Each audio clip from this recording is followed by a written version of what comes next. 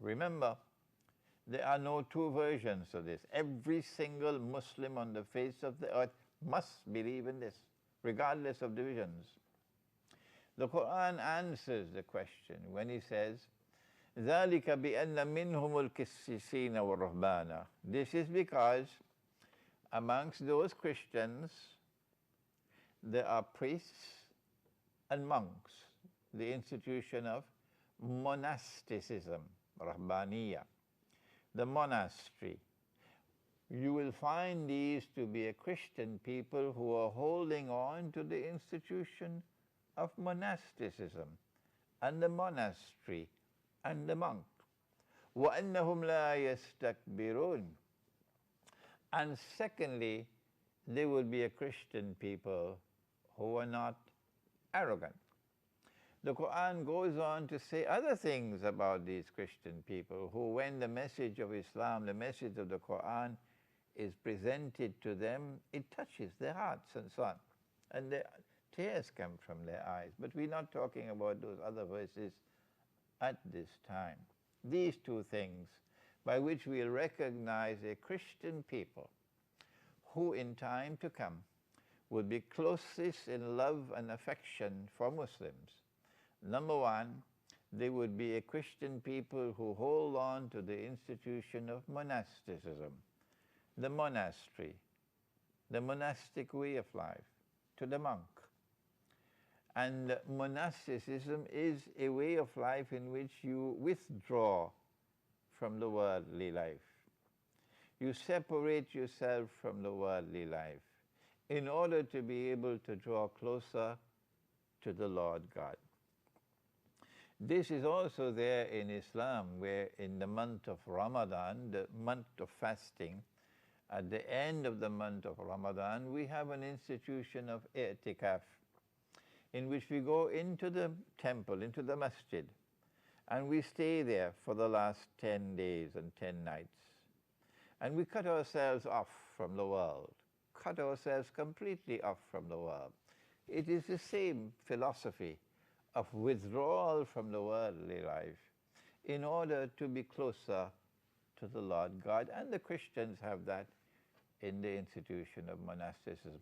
And secondly, that these would be a Christian people who are not arrogant. No, they are humble. But the Qur'an says something more. Just before this, the Qur'an says,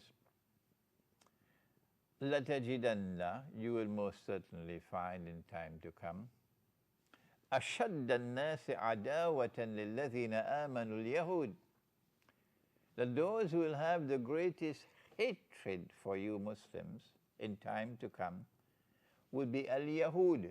Al-Yahud, the Jews.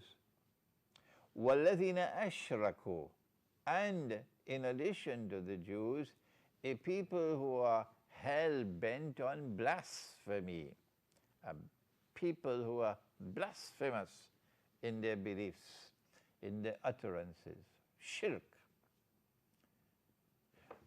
At the same time that this is happening, when the Jews and the people who are pursuing the agenda of blasphemy in everything they do, when they display the greatest hatred for the world of Islam, waging war on Islam, crusade against Islam, misrepresenting Islam, telling lies on Islam, attacking the Muslims, persecuting the Muslims, terrorizing the Muslims, declaring Muslims to be terrorists, committing heinous acts of terrorism and then putting the blame on Muslims.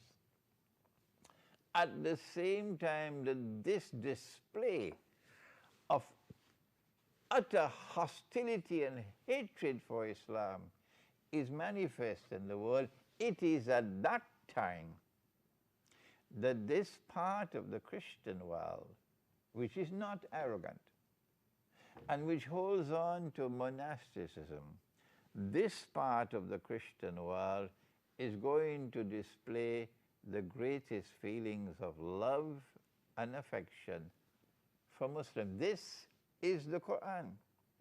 And no Muslim, none on the face of the earth can dispute that this is the truth. The question is, who are these Christians? Who are these Jews? Obviously, not all Jews in the world have hatred in their hearts for Muslims. Not at all. And that will be a very, very improper and an inadequate scholarship to come to such a conclusion. One does not study the Qur'an that way.